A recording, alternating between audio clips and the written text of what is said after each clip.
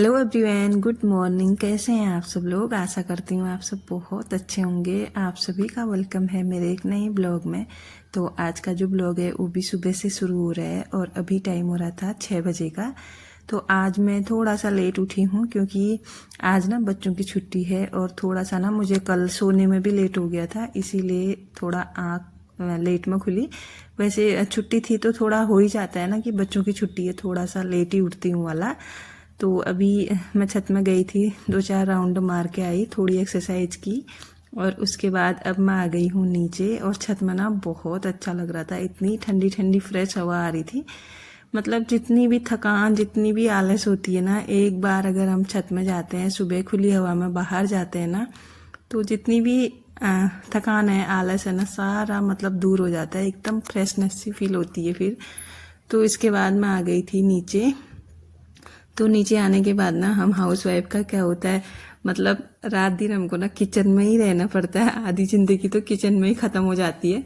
तो यहाँ पे ना मैं जितने भी कल रात के धुले हुए बर्तन थे ना, उनको मैं सेट कर रही थी।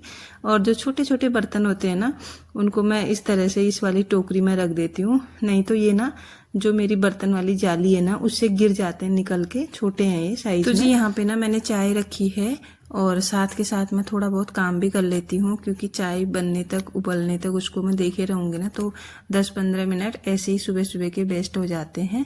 तो चाय मैंने लो फ्लेम में रखी हुई है और यहाँ पे ना मैं कर रही हूँ सब्जियों को फ्रिज में सेट।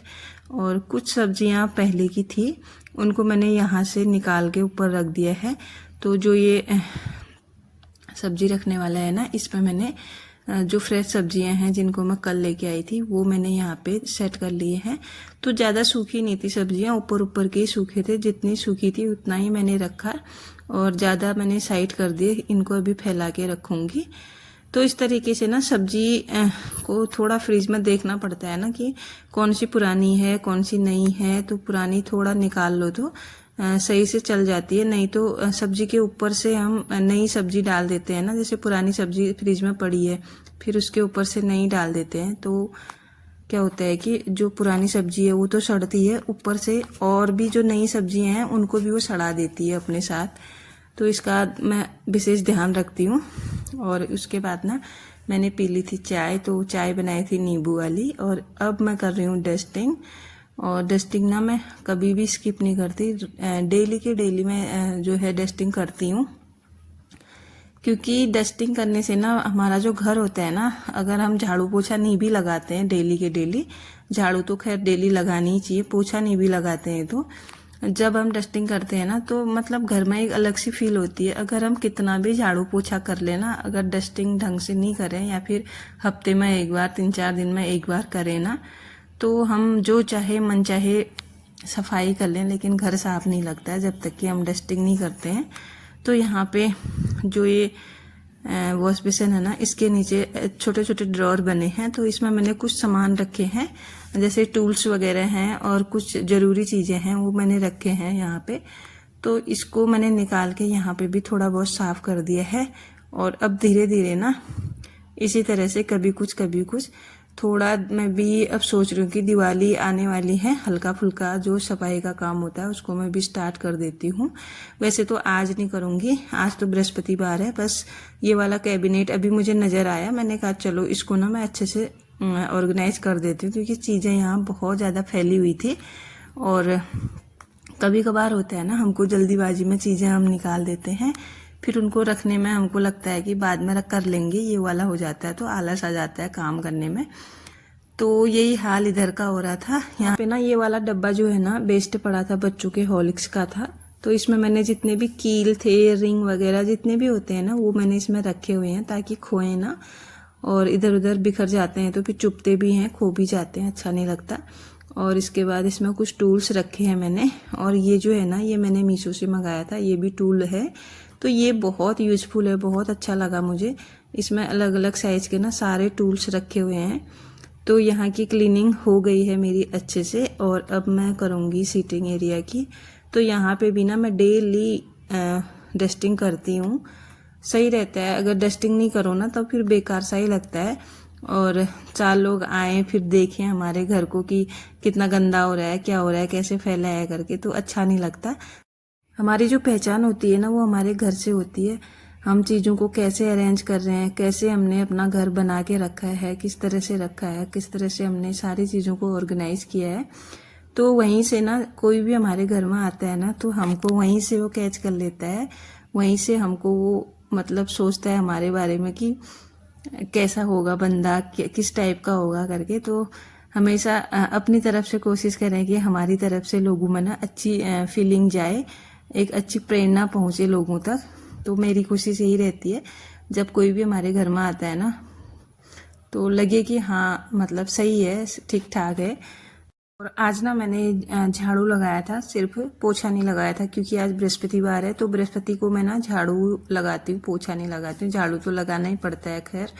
और इसके बाद फिर मैंने नहा लिया था। नहाने के बाद ना सीधे मैं आई हूँ अभी अपने मंदिर में। और यहाँ पे ना मैंने कान्हा जी को उठा के उनको स्नान वगैरह करा के तैयार करके अच्छे से बिठा दिया है। और इसके बाद मैंने करी पूजा।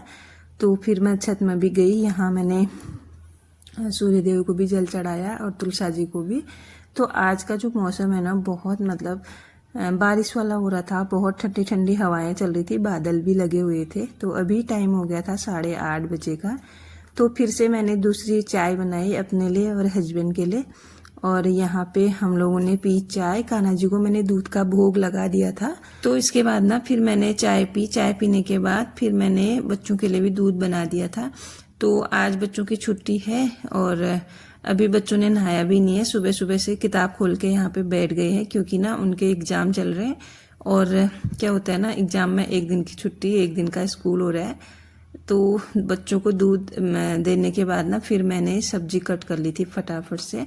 तो ये जो सब्जी मैंने निकाली थी ना फ्रिज से, पुरानी वाली, तुरई और आलू मैंने इसमें कट किए हुए हैं। तो इसको मैंने पकने को छोड़ दिया था। इसके बाद ना अब मैंने आटा लगाया सबसे पहले। अब मैं बना रही हूँ कान्हा जी के लिए भोग। तो यहाँ पे हल्का सा मैंने नमक डाला है, मसाले वाला नमक पीसा था मैंने, उसी को मैंने डाल दिया है इसके अंदर। तो मैं वैसे पराठा बना रही हूँ, बनाई थी बिना प्याज नमक वाला पराठा। फिर भी ना जब मैंने कल रात का जो दूध था ना, वो मैंने कल रात को बॉईल किया था और फ्रिज में रख दिया था, तो उसमें मलाई जमी हुई थी। तो जैसे ही मैंने अभी दूध बॉईल करने को फिर से बच्चों को दिया, कान्हा जी को दिया ना, तो निकाला तो उसमें मलाई लगी हुई थी। तो मुझे भाव आया ना कि आज ना मैं कान्हा जी के लिए पराठा बनाऊंगी और ऊपर से ना ये मलाई डाल दूंगी। तो मैंने ये मलाई डाल दी है उसमें, और ये ना बहुत टेस्टी होता है वैसे भी। तो मैंने लगा दिया है कान्हा जी को यहाँ पे अपने भोग। और इसके बाद ना फिर हम लोगों ने भी नाश्ता किया था। और नाश्ता करने के बाद ना आप देखेंगे ढेर सारे बर्तन, पूरा सिंक भरा हुआ है बर्तनों से आज। और बर्तन भी सारे बड़े बड़े हैं, क्योंकि आज सुबह से ना मैंने एक भी बर्तन नहीं धोया था। तो सिंक ना भरते जा रहा था, भरते जा रहा था। मैंने कहा भरने दो, कोई नहीं। तो इसमें 2-3 तो कढ़ाइयाँ ही हो गई थी, और उसके बाद बहुत सारे छोटे मोटे बर्तन, थालियाँ वगैरह। तो इनको मैंने फटाफट से निंजा टेक्निक से धोया। और वैसे तो टाइम लगा इनको धोने में, आज मेरा 15 से 20 मिनट लग गए थे। और वैसे भी ना मैं बर्तन अच्छे से देख देख के ही धोती हूँ, खाली ऐसे साबुन लगाया छोड़ दिया ऐसे नहीं धोती, पूरा साफ सुथरा करके ही धोती हूँ। तो यहाँ पे ना इसीलिए मैंने वीडियो की ना स्पीड बढ़ा दी थी, कि अगर मैं लॉन्ग टाइम तक इसको दिखाते रहूँगी ना, फिर बहुत लंबी वीडियो हो जाएगी।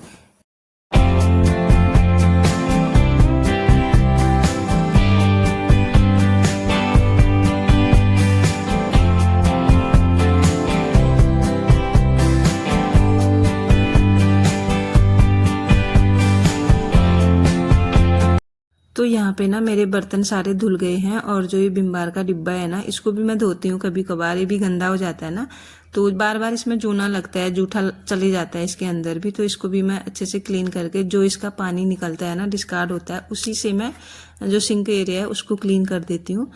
तो यहाँ पे मेरा सिंक भी एकदम क्लीन हो गया था। अब बारी थी कुकटॉप को साफ करने की। तो ये भी मैंने अच्छे से यहीं से स्टार्ट किया, खिड़की से, क्योंकि यहाँ पे भी ना छींटे मीटे पड़ जाते हैं बर्तन वगैरह धोने में। इसके बाद हस्बैंड ला गए थे दूध। तो एक साइड मैंने रखा दूध बॉयल होने को, और दूसरी साइड ना मैंने रख दी है कढ़ाई और उसमें डाल दिया है गुड़। तो आज ना मैं बनाने वाली हूँ मुरमुरे के लड्डू। तो यहाँ पे ना जो ये मुरमुरे हैं ना, ये हैं मंदिर की प्रसादी है ये। तो अब इसको ना मैंने सोचा पहले नमकीन बनाऊंगी इसका।